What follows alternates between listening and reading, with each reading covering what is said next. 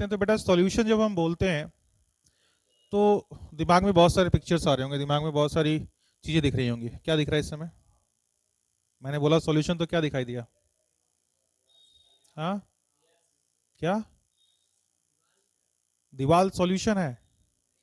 हाँ, air, very good, solution है। ये दिखा तुम्हें सॉल्यूशन बोलने पे? कुछ और नहीं दिखा सॉल्यूशन बोलने पे? इस रूम में नहीं, कहीं भी तुम, मैंने आंख बंद के बोलो सॉल्यूशन, क्या दिख रहा है?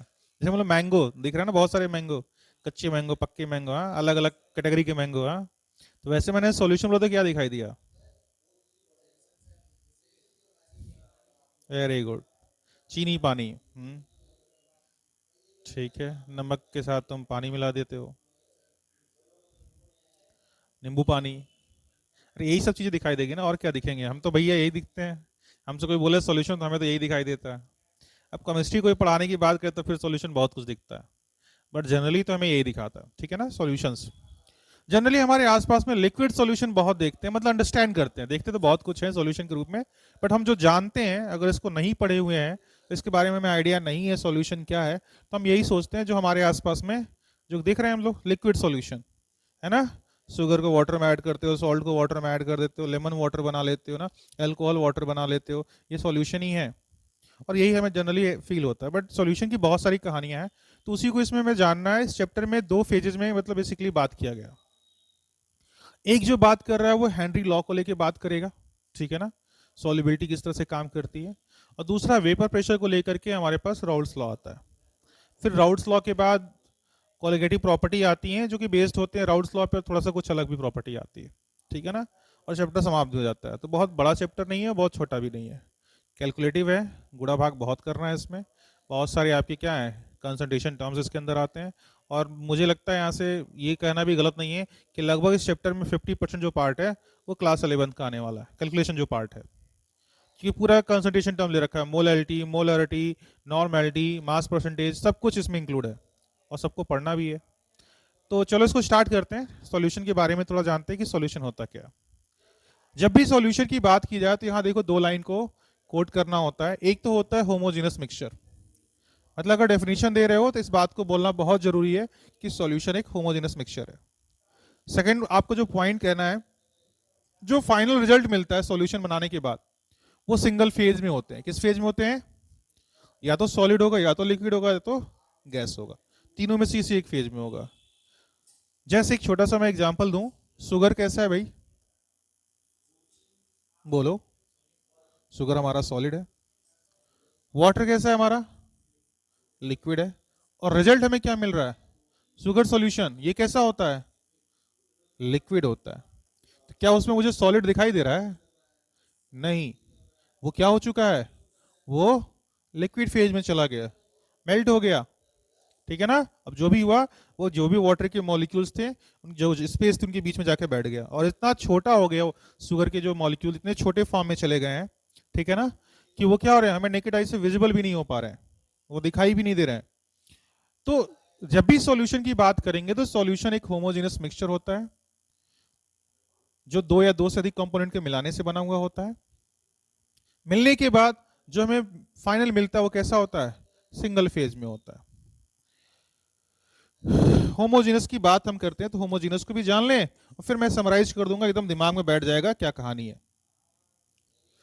होमोजीनस की जब बात करते हो तो होमोजीनस का मतलब होता है जो कंपोजिशन होता है किसी भी सॉल्यूशन का थ्रू आउट द सेम होता है। जैसे एक छोटा सा एग्जांपल बोलें कि हमने क्या कर दिया, इसमें नमक ले लो, पानी ले लो, मिला दिया, बन गया, क्या बन गया फिर? ये बन गया सॉल्ट प्लस वाटर का सॉल्यूशन, तैयार हो गया। बोलो, अब तुम्हें मैंने कहा कि यहां से निकालो और इसको तुम टेस्ट करो, कैसा फील हो रहा है? तुमने कहा इससे सॉल्टी फील हो रहा है, मैंने कहा यहां से निकालो, यहां से टेस्ट करो, कैसा फील हो रहा है? सॉल्टी हो रहा है। ऐसा नहीं होना चाहिए कि यहां जो टेस्ट है वो क्या हो, इस जगह के टेस्ट से डिफरेंस हो। ये समझाने की बात हो रही, बोलने की बात हो रही है। रियलिटी तो इसको लिए बोलते हैं through out the solution composition must be same, composition must be same, इसको अगर टेक्निकल वर्ड में बोलोगे तो, बट समझने की भाषा में भैया यहां से उठाऊं चाहे यहां से उठाऊं चाहे यहां से उठाऊं, each and every point has a same composition same taste, वो बदलना नहीं चाहिए, बराबर फैला हुआ है चारों तरफ, कहीं भी कहीं ज्यादा नहीं हुआ कहीं कम नहीं हुआ, ऐसा नहीं ऊपर वाले में ज्यादा नमक लगा नीचे वाले में कम, ऐसा नहीं हुआ, हर जगह एक बराबर फैल गया, दैट इज व्हाट होमोजेनस।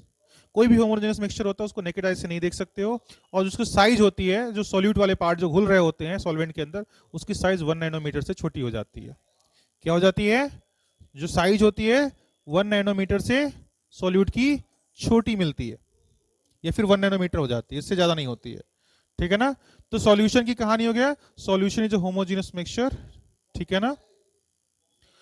एक सॉल्यूशन क्या होता है? होमोजेनस मिक्सचर होता है, और क्या होता है? Solution is always a single phase, एक से एक फेज होता है, इधर सॉलिड इधर लिक्विड इधर गैस, इन तीनों में से कोई एक फेज आपको आएगा।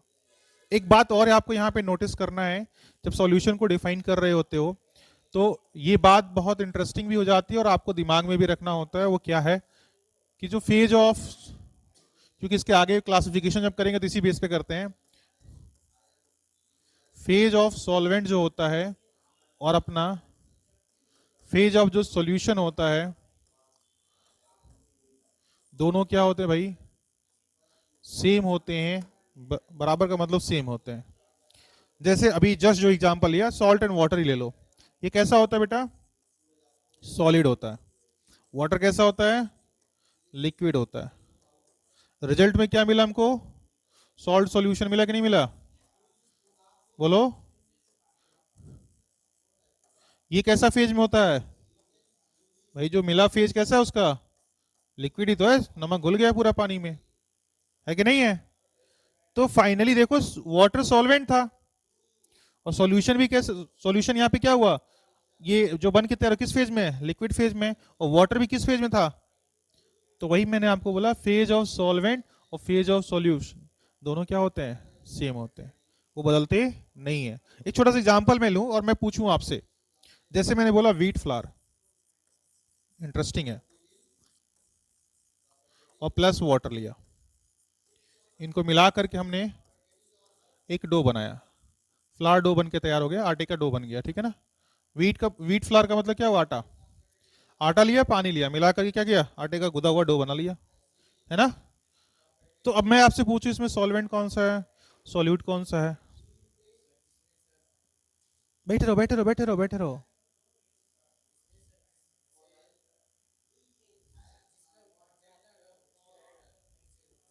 तो मैं पूछ रहा हूं कैसे पहचानोगे कौन है यहाँ पे? सॉल्वेंट वाटर है, व्हीट फ्लावर है, हाँ सॉल्यूट। थोड़ा सा सोचो, मैंने अभी क्या बोला? फेज ऑफ सॉल्वेंट और फेज ऑफ सॉल्यूशन दोनों क्या होते हैं? सेम होते हैं। Phase of solvent, phase of solution दोनों क्या होते हैं? सेम होते हैं। फेज ऑफ सॉल्वेंट और फेज ऑफ सॉल्यूशन दोनों सेम होते हैं। अब यहाँ थोड़ा पकड़ो तो, भाई सॉल्यूशन कैसा बना है? आटे को गूंदने के बाद कैसा दिखता है? कौन सा शेप होता है उसका? सॉलिड, सॉलिड होता है ना, इसमें तो कोई डाउट नहीं है। इन दोनों में कौन सॉलिड है? पानी सॉलिड है या आटा सॉलिड है? आटा सॉलिड है। कौन सॉल्वेंट? व्हीट फ्लावर, है ना। क्योंकि दोनों का फेज क्या होता है? Same same. कम ज्यादा की कहानी खत्म करो, कौन कम कौन ज्यादा पता नहीं, कौन कम कौन ज्यादा। हमने कैसे पहचाना? फिजिकल क्लासिफिकेशन के बेसिस पे, सॉल्वेंट सॉल्यूशन दोनों का फेज सेम सेम, है ना। इंटरेस्टिंग है कि नहीं है? पकड़ लोगे ना? अब कुछ भी मिल जाए कोई टेंशन है, बता लेंगे। दोनों को देखेंगे कौन किस, दोनों का सॉल्यूशन के साथ किसका फेज मैच कर जा रहा है, वही उसका काम बन गया, खत्म कहानी हो जाएगा, ठीक ना। ठीक है। अब यहाँ पे दोनों सॉलिड हो तो फिर बात अलग हो जाती है, तब फिर वहां पे ज्यादा कम के बारे में सोचना पड़ता है, कौन ज्यादा कौन कम, ठीक है ना। अलग अलग फेज हो तो फिर वहां बड़ा आसान हो जाता है बताना, इस लॉजिक से। अभी वहां पे भी आएंगे। थोड़ा सा एक पॉइंट और बोला जो तुम बोलना भी चाह रहे हो, वो भी यहाँ लिखा हुआ है। क्या है? The component present in large quantity is called solvent in term of moles. जो ज्यादा मात्रा में उसको क्या बोलते हैं? बोलो भाई, हाँ हाँ बोलो। सॉल्वेंट कहते हैं भाई। क्या कहते हैं उसको? सॉल्वेंट कहते हैं जो ज्यादा मात्रा में। और जो कम मात्रा में उसको क्या बोलते हैं? ये सभी इन टर्म ऑफ मोल्स हैं, उसको सॉल्यूट कहते हैं। दूसरे तौर पे बोले, जिसको घोला जाए सॉल्यूट है, जिसमें घुल जाए वो क्या है? सॉल्वेंट है। चीनी पानी में चीनी को घोला गया, चीनी सॉल्यूट है। किसमें घुला? पानी में घुला। तो जिसमें घुलेगा वो सॉल्वेंट है, जिसको घोला गया वो क्या है? सॉल्यूट है। सिंपल सा कहानी है। घुलने वाला सॉल्यूट, जिसमें घुल जाए वो सॉल्वेंट। क्लियर है? तो सॉल्यूशन क्या हुआ? आपको मालूम पड़ा सॉल्यूशन एक होमोजेनस मिक्सचर होते हैं, ठीक है ना, जिसके फेज सिंगल होते हैं, या तो लिक्विड या तो गैस या तो सॉलिड के फॉर्म में आपको देखने को मिलेगा, ठीक है ना। इनमें फेज ऑफ सॉल्वेंट और फेज ऑफ सॉल्यूशन सेम होते हैं। सॉल्यूट का जो साइज होगा सॉल्यूशन के अंदर 1 नैनोमीटर से भी छोटा होता है, ये 1 नैनोमीटर के बराबर हो जाएगा। क्लियर? बहुत बढ़िया। तो ये इंट्रोडक्शन वाला पार्ट तो हो गया हमारा। हमारे ख्याल से इसके बारे में आपको आइडिया भी आ गया कि क्या होता है। मीडियम आपका इंग्लिश ही है ना? इंग्लिश मीडियम है ना? ठीक है, कोई दिक्कत नहीं। अब हम सॉल्यूशन को क्लासिफाइड करेंगे। क्या करेंगे? सॉल्यूशन को क्लासिफाइड करेंगे। तो सॉल्यूशन की जो हम क्लासिफिकेशन करते हैं तो दो बेसिस को लेकर भी हम चलते हैं। पहला जो हमारा बेसिस है वो क्या है? Physical state. और दूसरा जो हमारा है कंसंट्रेशन की बात करते हैं। एक फिजिकल स्टेट के बेसिस पे क्लासिफिकेशन कर देंगे और दूसरा आपका कंसंट्रेशन के बेसिस पे काम करेंगे। तो पहला वाला जो पकड़ते हैं, थोड़ा देखो क्या कहानी होगा। तीन पार्ट में हम लेके जाने वाले हैं, ठीक है ना। जो सॉल्यूशन पकड़ेंगे, एक हमारे पास क्या निकल के आएगा? सॉलिड सॉल्यूशन बनेगा। एक हमारे पास क्या बनने वाला है? लिक्विड सॉल्यूशन बनेगा। एक हमारा क्या बनेगा?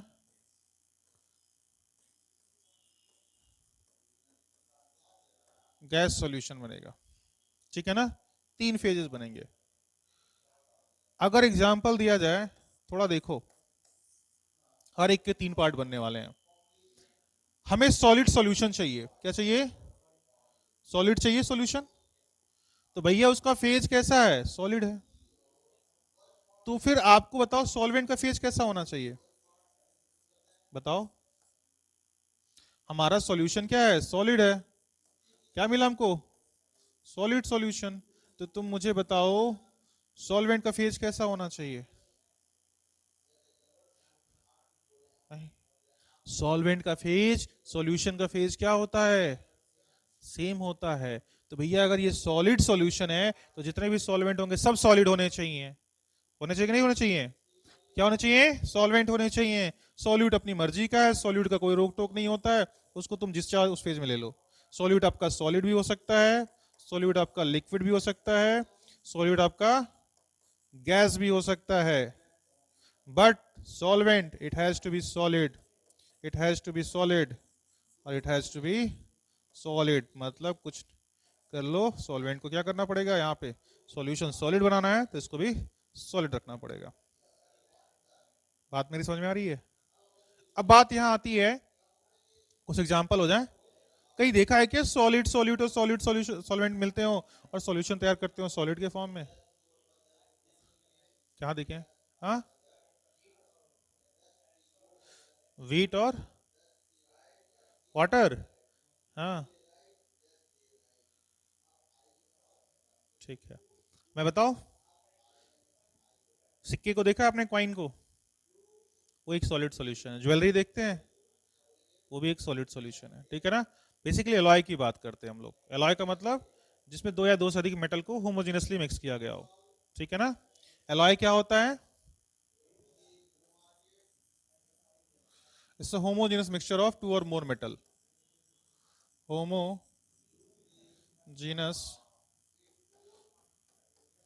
Mixture of two or more metal, ठीक है। क्या मैंने बोला? Homogeneous mixture of two or more metal. तो भैया सॉलिड और सॉलिड मिलने वाली जो बात होती है वो क्या होगा भाई? एक मेटल ले लो, जैसे मैं ज्वेलरी की बात कर लेता हूं, ठीक है ना। जो गोल्ड वाली ज्वेलरी आ रही है उसकी बात कर लो, गोल्ड वाली। तो गोल्ड की ज्वेलरी में क्या होता है? उसमें मिक्स अगर मैं मिलाऊं, एक छोटा सा एग्जांपल देता हूं, तो उसमें कुछ कॉपर के परसेंटेज होते हैं और बाकी आपके पास क्या होता है? गोल्ड एयू होता है। हाँ, तो कॉपर मिलाया जाता है ताकि उसका हार्ड थोड़ा सा शेप हो जाए। कुछ इम्प्योरिटी और भी मिलाई जाती होंगी, बट जनरली ये दो चीजें आपको कहानी बनाते हैं। तो ये क्या था आपका? दो मेटल को मिलाया गया, ब्रॉन्ज हो गया, क्वाइन हो गया, है ना। ये सब क्या है? सभी दो मेटल। गन गन हो गए जो आपके होते हैं, ठीक है ना। तो ये सभी क्या है?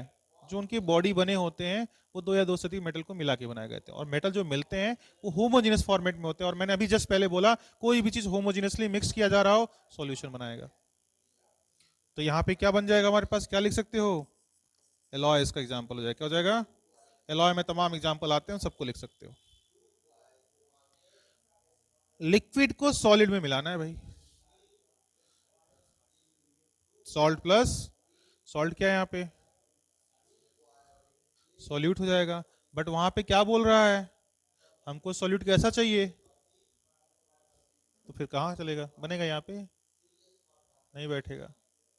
फिर सोचो कहीं मैंने ऐसा एग्जांपल दिया था क्या, सॉल्यूट लिक्विड हो, सॉल्वेंट सॉलिड हो। व्हीट फ्लावर अभी जस्ट बनाया हमने, व्हीट फ्लावर में क्या था, बोलो भाई क्या था व्हीट फ्लावर में, हाँ व्हीट फ्लावर में हमने वाटर ऐड किया था। रिजल्ट में क्या मिला था हमको, डो मिला था जो व्हीट का था, तो ये सॉलिड था, तो व्हीट फ्लावर भी सॉलिड है। मतलब सॉल्वेंट कैसा है हमारा, सॉलिड है कि नहीं है। यहाँ सॉल्वेंट कैसा चाहिए, यहाँ व्हीट फ्लावर हो जाएगा, यहाँ पे वाटर हो जाएगा, तो यहाँ पे क्या हो जाएगा, व्हीट फ्लावर डो हो जाएगा।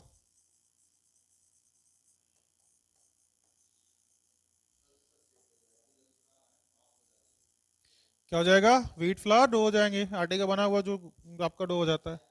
ठीक है, बात समझ में आ रहा है। ऐसे बहुत सारे एग्जांपल दे सकते हो, मैं कुछ कुछ बातें ऐसे आपको बता रहा हूँ, अभी कुछ क्वेश्चन भी देंगे एग्जांपल के साथ रहेगा, उसको आपको पता करना होगा कि कौन क्या है। गैस के साथ सॉलिड मिक्स करना है, गैस तो सॉलिड के मिक्स किया, गैस को सॉलिड में, गैस को सॉलिड में, बताओ nickel plus hydrogen, platinum plus hydrogen. बेटा डी ब्लॉक के जो मेटल्स होते हैं ना, कुछ बता जाए colour, metal of D blocks are generally porous.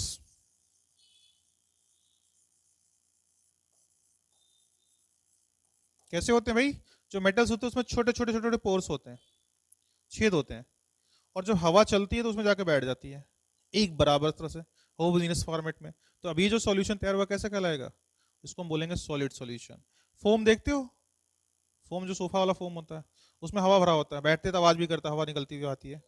तो वो क्या था, उस फोम के अंदर हवा भरा हुआ था होमोजेनसली, तो वो कैसा सॉल्यूशन कहलाएगा, वो आपका अगेन गैस सॉलिड मिलकर एक सॉलिड सॉल्यूशन बनाकर तैयार करता है।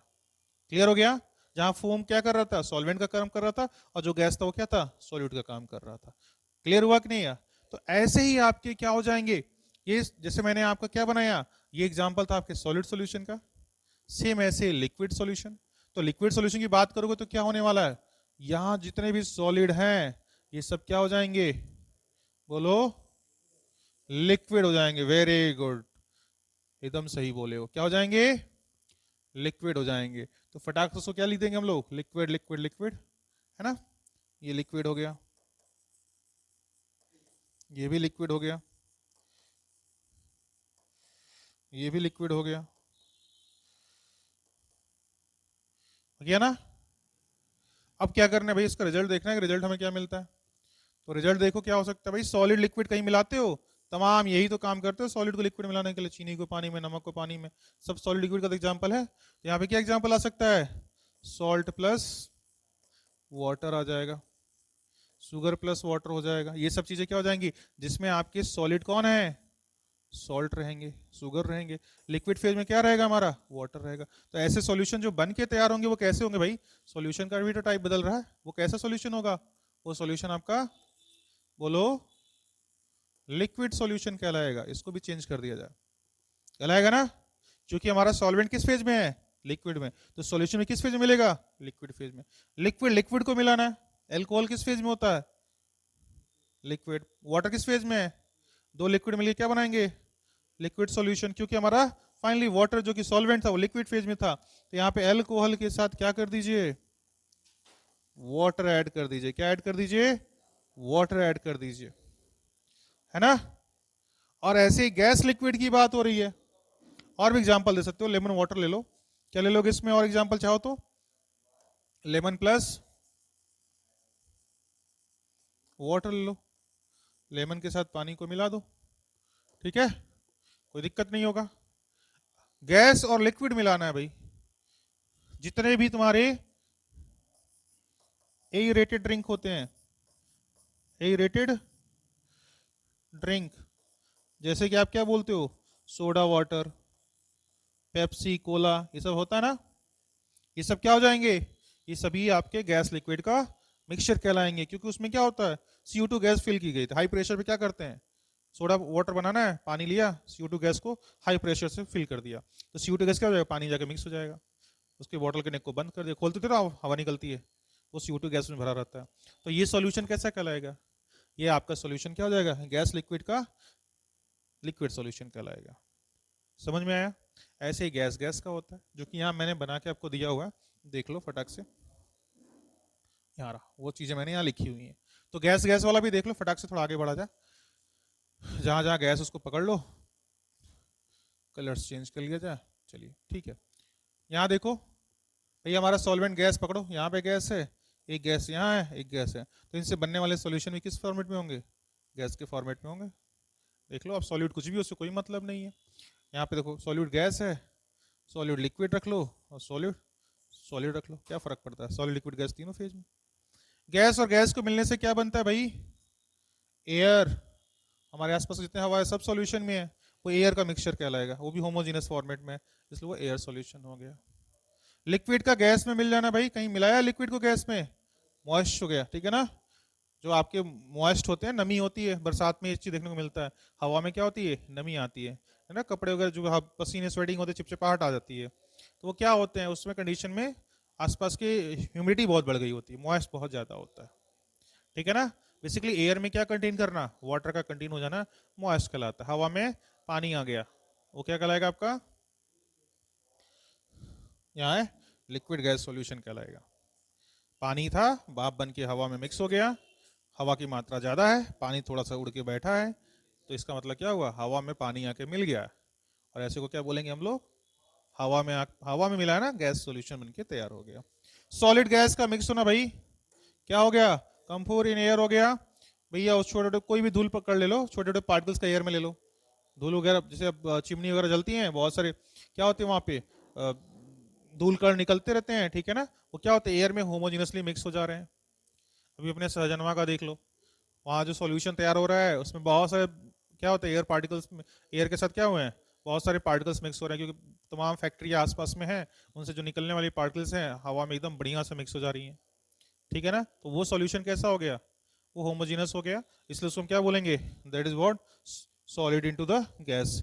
छोटे छोटे पार्टिकल्स जो थे वो क्या हो गए, एयर में आके मिक्स हो गए होमोजीनियसली, तो वो कंडीशन क्या आ जाएगा भाई, ये तो गैस सॉल्यूशन है, बट वो सॉल्यूट वहां सॉलिड है, और सॉल्वेंट आपका गैस के फॉर्मेट में। समझ में आया? तो ये क्लासिफिकेशन था on the basis of physical property, ठीक है ना, फिजिकल प्रॉपर्टी के बेसिस पे ये आपके कितने दिखाई देने को मिला भाई, 9 मिले ना, 3 होते हैं, तीनों के फिर 3 सेगमेंट बनते हैं, 1 2 3 4 5 6 7 8 9, ठीक है। इसके बाद हमारे पास क्या जा रहा है भाई, क्लासिफिकेशन बेस्ड ऑन कंसंट्रेशन, इसको 2 पार्ट में आप डिवाइड करते हो, ठीक है ना। यहाँ पे इस क्लासिफिकेशन में ये आपके एक सेगमेंट आ जाते हैं, क्या कहते हैं ये वाले एक सेगमेंट में आएगा, ठीक है ना, मतलब क्लासिफिकेशन में ये पहला पार्ट है इसी के अंदर, और फिर दूसरा जो कहानी हो जाती है, ये वाला सेगमेंट आ जाता है क्लासिफिकेशन के अंदर, ये पोर्शन आ जाता है, 2 पार्ट में कहानी बन जाती है। एक छोटा सा कहानी गड़बड़ हो गया, देखो ये इसमें मिल गया, मैंने ध्यान नहीं दिया, ये इसमें नहीं आया, बैक करने वाला कहाँ गया, ठीक है, ये इसका पार्ट नहीं है सैचुरेशन वाला, ठीक है ना, इसका पार्ट यहीं तक है, यही है बस, ये कहानी यहीं तक है। तो हम 2 पार्ट में कहानी इसको समझेंगे, ये इसी का पार्ट है, ये एक साथ है मतलब कहने का है, और ये एक साथ है। अब बात करेंगे बेस्ड ऑन कंसंट्रेशन, तो एक डायलूट सॉल्यूशन की बात कर रहे हैं, दूसरा हमने कंसंट्रेशन सॉल्यूशन की बात कर लेते हैं। बहुत मोटा मोटी है, बहुत कुछ इसमें डीप नहीं जानना है। डाइल्यूट का मतलब होता है वीक स्ट्रेंथ वाला। ऐसे सॉल्यूशन जिसकी स्ट्रेंथ क्या है, वीक है। जैसे मान लो 1 चम्मच नमक को मैंने पानी में डाला है, 2 लीटर पानी 1 चम्मच नमक डाल दिया। अब तुम पानी को पियोगे तो नमक हल्का फील होगा, तो उसको हम बोलेंगे डाइल्यूट कंसंट्रेशन वाला, वीक स्ट्रेंथ है उसका। उसी 2 लीटर के पानी में मैंने 10 चम्मच नमक डाल दिए, अब पियोगे तो नमक बहुत ज़्यादा फील होगा, तो वो स्ट्रेंथ में ज़्यादा हो गया ना। तो उसको जहाँ पे सोल्यूट की मात्रा ज़्यादा होती है वो आपके कंसंट्रेट होते हैं, और जहाँ सोल्यूट की मात्रा कम होती है उसको क्या बोलते हैं हम लोग, डाइल्यूट कहते हैं। क्लियर हुआ?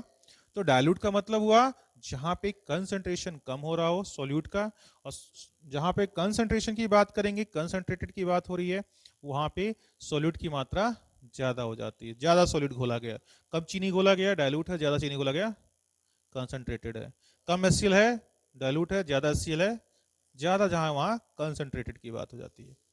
अब दो और पॉइंट आते हैं, सैचुरेटेड सॉल्यूशन, अनसैचुरेटेड सॉल्यूशन और सुपर सैचुरेटेड सॉल्यूशन।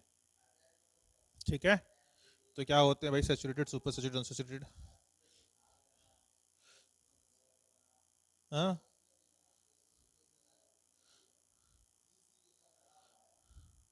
सामने लिखा हुआ है, देखो। जब हम बात करते हैं ना सैचुरेटेड सॉल्यूशन की, तो सैचुरेटेड सॉल्यूशन बेसिकली क्या होता है कि जैसे चीनी को पानी में घोल रहे हो ना, तो चीनी पानी घोलते घोलते एक समय ऐसा आएगा चीनी पानी में घुलना बंद कर देगा।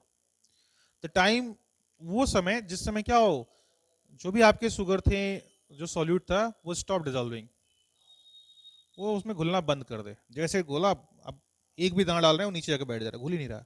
तो जहां घुलना बंद किया मतलब प्रॉपर घुल गया, अब इसमें एक दाना और एक्स्ट्रा घोल नहीं सकते हो, more solute can not be dissolve, वो पॉइंट क्या कहलाता है, सैचुरेटेड कहलाता है।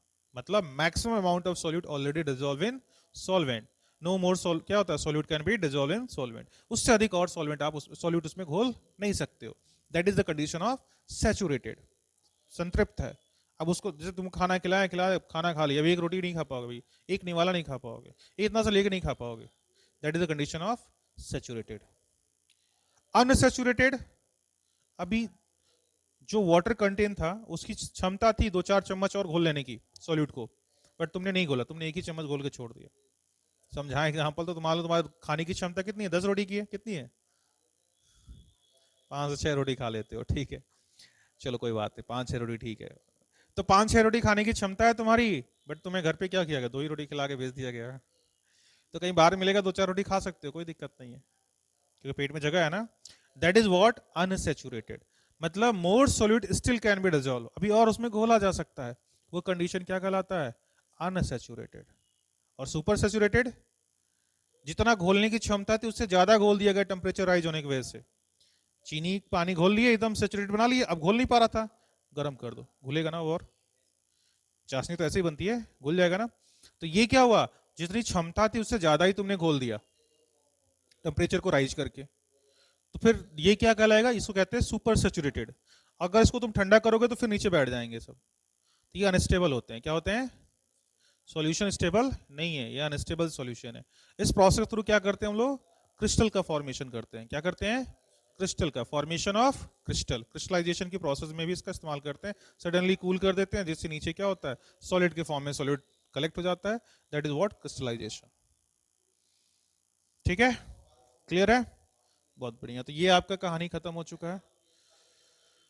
Okay,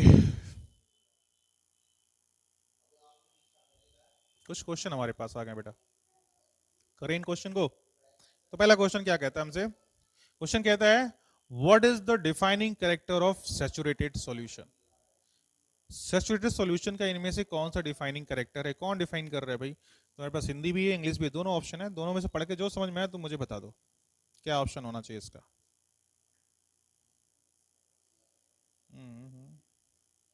take your time. It's contain a very small amount of, अरे भाई अभी मैंने बताया, सैचुरेटेड का मतलब क्या होता है,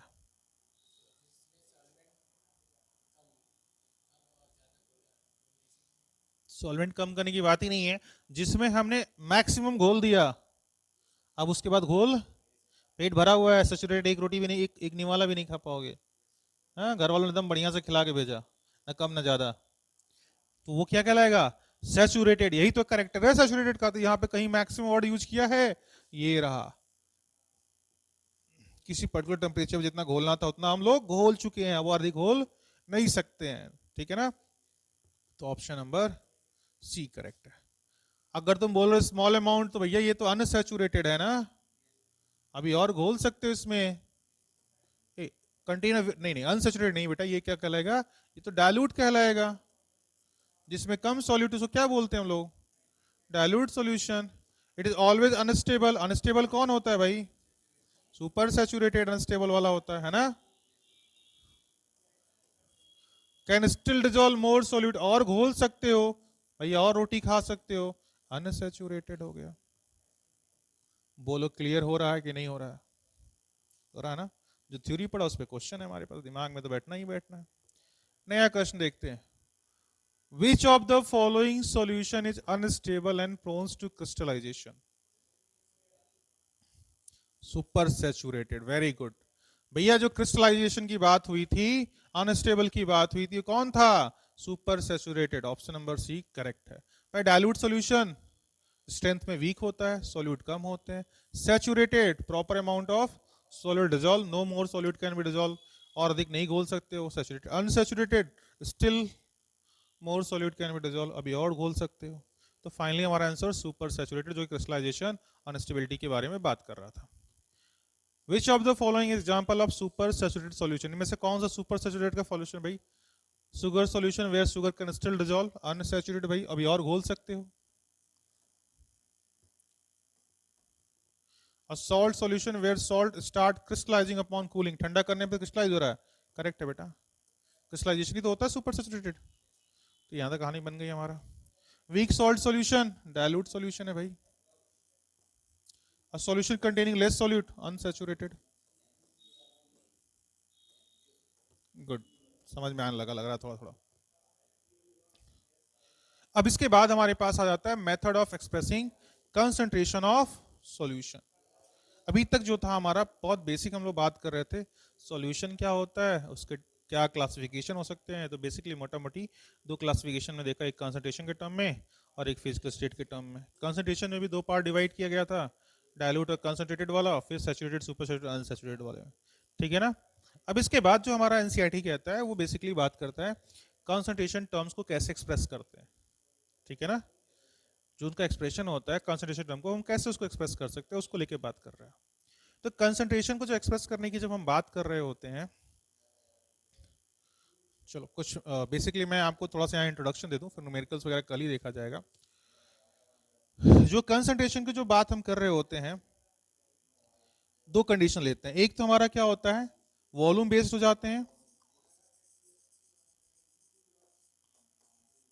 और एक क्वांटिटी जो कि मास बेस्ड ले लो, और एक हमारा क्या हो जाता है, मास बेस्ड हो जाता है। क्या हो जाएंगे भाई, एक वॉल्यूम बेस्ड ले लेंगे और एक मास बेस्ड ले लेंगे। जैसे वॉल्यूम बेस्ड की जब हम बात कर रहे होते हैं, इसमें क्या आ जाता है, वॉल्यूम बाई वॉल्यूम परसेंटेज, ठीक है ना। मोलैरिटी आ जाता है, नॉर्मेलिटी आ जाता है, ठीक है ना, और बहुत सारे आ सकते हैं, ठीक। अब मास बेस्ड की बात करते हैं तो वेट बाई वेट परसेंटेज आ जाता है, मोलैलिटी आ जाता है, मोल फ्रैक्शन आ जाता है,